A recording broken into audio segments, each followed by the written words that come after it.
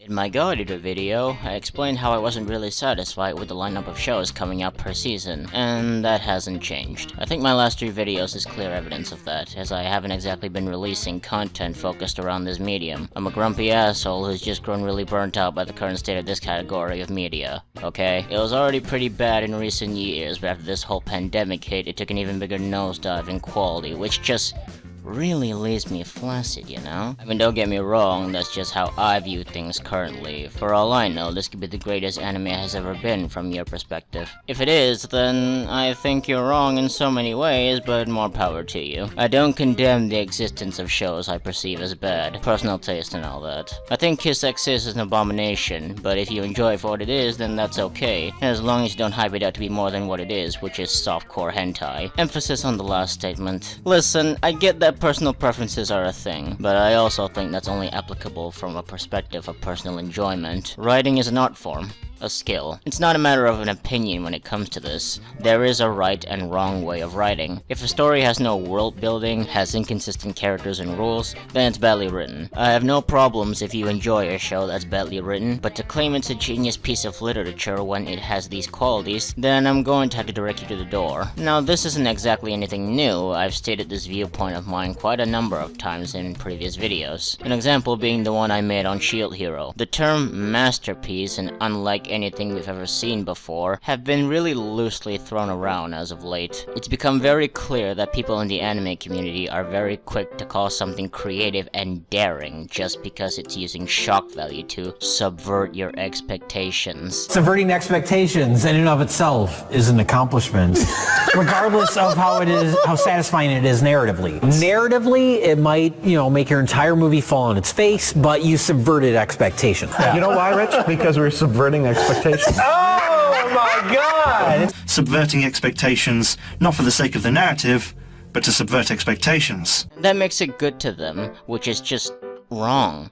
Incorrect on so many levels. Goblin Slayer, it had non-consensual intercourse in the first episode, and it was called mature. Even though the rest of the show is tits and slice of life shit with an occasional dungeon romp. Akamega Kill, characters dying left and right, and people called it amazing. Or at least they did when it first came out. Literally nobody likes Akamega Kill anymore as far as I'm aware. The point is, just because something is graphic and a bit different doesn't mean it's good. Which brings us to Redo of Healer, the not so popular show of the season. No, seriously, nobody but a few edgelords and Twitter babies give a shit about this show. Everybody else is too busy watching Attack on Titan, which honestly is a much better use of their time, so good job, I guess. Honestly, I much prefer Titans getting hyped up to the moon than seeing this shitstorm brew just because of this fetish frenzy. That said though, the small bit of attention it is getting is, let's just say it rubbed me the wrong way. I'm 13 and this doesn't faze me. Hentai is my life. And me and my boys share codes. What you gonna do? She f***ing deserved it. I would f***ing mutilate her over and over again. He should have done so much more to her. As someone who is well versed in wickedness, drenched in evil and vile to their core, I must say the worst thing he did to her was erase her memories. Your memories are the core of... Just say you're a little bitch and leave. Nobody will care once you stop watching because you can't handle it. I'm going to hell for this. There's a special place in hell for us. It's called a throne. One downvote. Human morality isn't that complex. There are few differences over time in regions, but morality almost have a similar base. Look at slavery. Slavery existed in the world for thousands of years. How every morality... Why is this rated so low? It's the SJW, or the feminists, remember? We should tick off these Twitter wisses to have such a meltdown. This guy, I don't even know what's going on with this guy. And why are people trying to cancel this anime? I think it's a good anime with great reason for what he's doing. All these snowflakes. That was just a small snippet of a segment from Scamboli's video. I'll leave a link to the full thing in the description if you want to see more of the people's reactions. But basically, although the show doesn't have much popularity at the moment, the small audience it has seems to blame its irrelevancy on people being snowflake libtards, which is...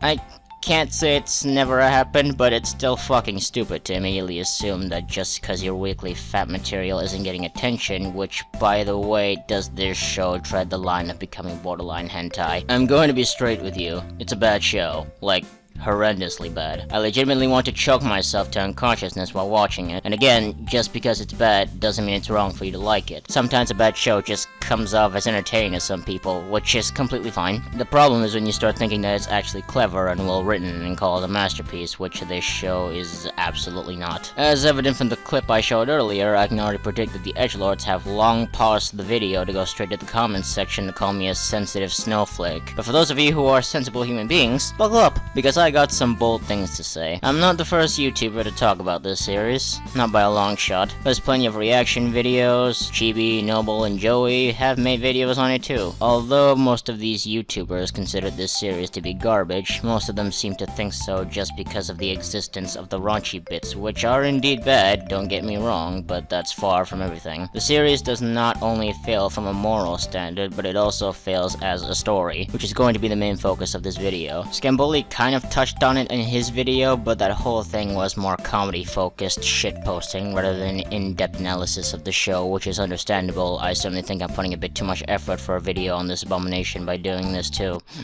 But hey, hindsight is 20/20. I already spent time watching this crap, so I might as well get some content out of it. Just to let you know, as of the time of this recording, there is currently only 5 episodes of this show released. I did read the manga quite a while back, but I definitely don't remember small details enough to be making comparisons. I will say though, I do remember that I hated the manga just as much as the anime, so I don't think this is too big of an issue. So without further ado, here's redo of Healer. The story goes as such. In a land known as, never specified, a young man by the name of Kiaru is granted the class of healer on what I assume is his 18th birthday. The reason I'm assuming is because his age is never specified either. It's just that his guardian stated that he was becoming an adult on his next birthday, so I'm taking that as a hint that he was reaching adulthood. Also, no, she's not an important character despite the fact that she was the one who raised him instead of proper parents. Anyway, after he was bestowed his class in life, he is scattered out by the imperial capital as he is to become a healer hero. Little did he know though, the princess of the capital is a massive bitch who continuously manipulates and tortures him for years to do her bidding. Some of the things he was subjected to include, but are not limited to, are beatings, drugging, and rape by both types of genitals. After years of living through this pain though, he eventually developed a resistance to drugs and eventually came back to his senses from the brink of brain dead. Following his recovery, he comes up with a plan to enact revenge on the people who screwed him over. As the party he is shackled to sets off to face the demon lord, he drops the act and defeats her effortlessly using healing magic and retrieves something known as the Philosopher's Stone, an artifact that would grant him power beyond his wildest dreams. However, instead of using that power to immediately enact revenge, he instead uses his new powers to heal the world, aka turn back time all the way back to his 18th birthday so he can redo his life entirely. Now on paper, this seems like a relatively straightforward revenge story despite how stupidly roundabout the last part was. It's a stellar premise though, and I could see a pretty entertaining tale come about from it. The question is though, does Redo of Healer succeed in executing this plotline in a compelling manner? Let's start with by far the biggest problem with this show, the world building and setting. If you notice, there was quite a bit of information I wasn't able to include during the plot summarization just now. And believe it or not, that's not a result of me not paying attention. It's actually because this shit is so half-baked, it's pretty clear that the author didn't care 2 shits about the finer details of his story. The pilot is one of the worst introductions to a story I have ever seen. It only succeeds in conveying the protagonist's motivation, while failing to give us any sort of idea about his background, as well as any sort of knowledge about how the laws of this world works. Why is he being raised by this lady instead of his parents? She mentioned him getting his character class on his next birthday like it's a casual affair. Does that mean everyone is bestowed a class when they come of age? If so, what's the qualification to become a hero? Notice when she asks him what class he's aiming for, she mentions the sword and magician class, but there's already a hero of the sword and magic class. If more than one person can have these classes, then what's the line that separates the regular class holders and the ones who ascend to hero status? You're probably going to say that I'm overthinking things, and my response is to tell you to jump off a cliff.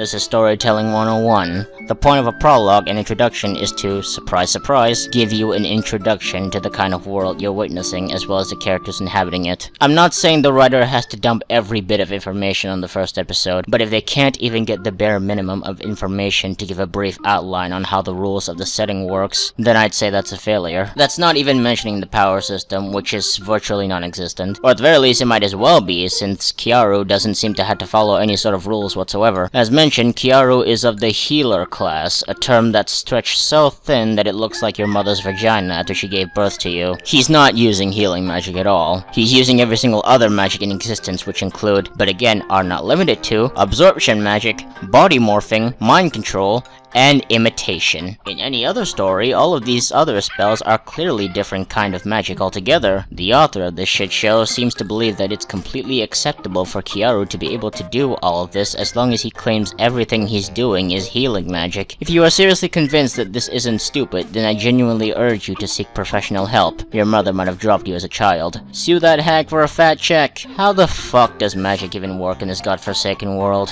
It's about as obscure and confusing as it can possibly get. In any good story that involves supernatural abilities, they usually have some sort of outline on how these abilities can be performed, as well as a set of rules that come with them. In Avatar: The Last Airbender, although it's never exactly explained how a person manages to qualify as a bender, it's clearly shown that bending is a form of ancient martial arts that vary depending on what element you're wielding, and nobody is capable of bending more than one element except for the Avatar, who is the public figure known to be most in tune with their spiritual energy, which implies that bending has something to do with your spirituality. Now that last part is mostly headcanon, but at least the show gave you enough information to be able to make a few speculations. Need a more concrete example? Okay, then let's look at Naruto. The magic in this show would be chakra. In a time before Kaguya existed... Sorry, I just remembered better times. Chakra is elemental life energy that ninja use for jutsus. It has two forms: physical energy, which exists in every cell in the body working together, and spiritual energy, which is developed through training and experience. A ninja has to have control of both in order to properly perform a jutsu. Understandably, a lot of people forgot about this due to the fact that Naruto eventually does throw all of this out the window, but it doesn't change the fact that these details did exist in the beginning. Mastery of chakra was a difficult thing to achieve. Hand signs were meant to be a method to help focus the energy to do specific things. You couldn't just say the name of a technique and then it'll magically happen. This was brilliantly displayed through the tree climbing, water walking, and Rasengan training. Now that we have a clear idea on what a good power system looks like, how does Redo of Healer, the masterpiece that all the fans are calling it, implement their power system? Reality can be whatever I want. There are no rules, at least none that we know of. We don't know where magic comes from, how one controls it, or what the limitations of it are. Characters just say a random phrase, and shit just magically happens. Apparently a healer with supposedly only healing magic can become a variety magician as long as he chants healing as he moves at the speed of sound. A lot of you might be saying that it's ridiculous of me to be expecting something this complex from a trashy seasonal anime, and to that I say bullshit. After all, Naruto is just a happy-go-lucky shonen series that went to crap. Am I right? And Avatar is just a silly old kid show. So, if Redo of Healer really is the mature and deep show that these fans claim it is, then how come it can't do something that these subpar shows succeeded in doing? See, if you're gonna put a show on a certain standard, then I'm going to judge it on that standard. There's nothing wrong with that. It's completely fair. You get the point. Shit sucks. Just like eingesetzt habe, dass ich anständig meine Zeit verwendet habe im Dienste meines... Characters are the biggest influencers in storytelling. They are the most important aspect when writing a story, and it is absolutely vital that you get them right. This is something I've stressed in almost every single one of my reviews. You could have the most creative and tight-knit plot known to man, but if your characters are atrocious, then it's going to be a massive blow to the quality of the final product. So being that it's such an important aspect, is it really any surprise that this show fucks it up too? Our main character Kiaru is a crazy, psychopathic pervert who has a hate boner for basically the entire world. He has no redeemable qualities whatsoever, and his semen can apparently help people break through their level cap. Is this a trait exclusive to healers, heroes, or just him? I have no idea. It's never explained. He is the exact picture of what the viewers of this show think they are like, but they're not. The biggest indicator that they're not like him at all is that he actually gets sex. Some people might point out that he's very cunning and smart, but no. It's more of just everyone around him being a retard. And even if the other characters were actually smart, how the hell were they supposed to predict that a healer could accomplish the feats that this cunt was able to reach? He can't have been the first ever healer to exist, but somehow he was granted so much more power and capabilities than what they are obviously used to. Why is this the case? I don't fucking know! Show won't tell us anything. He has a valid reason to want revenge, but the story goes about his methods in the most distasteful way imaginable that it's hard to even root for him. There's taking revenge on someone, and then there's becoming an even bigger monster than them. I am in no way a preacher of the be the better person mentality. I gave The Last of Us 2 so much shit for that. If he wants to kill the people who tortured him for all those years, then by all means go ahead. But bringing innocent people into the crossfire is an entirely different story, and this wouldn't be such a bad thing if the story was painting him in a bad light for all this. It could have made for a very interesting narrative of him being corrupted by his thirst for revenge. The problem is, the author expects you to be on his side. You see this shit? We're supposed to be supporting what he's doing right now.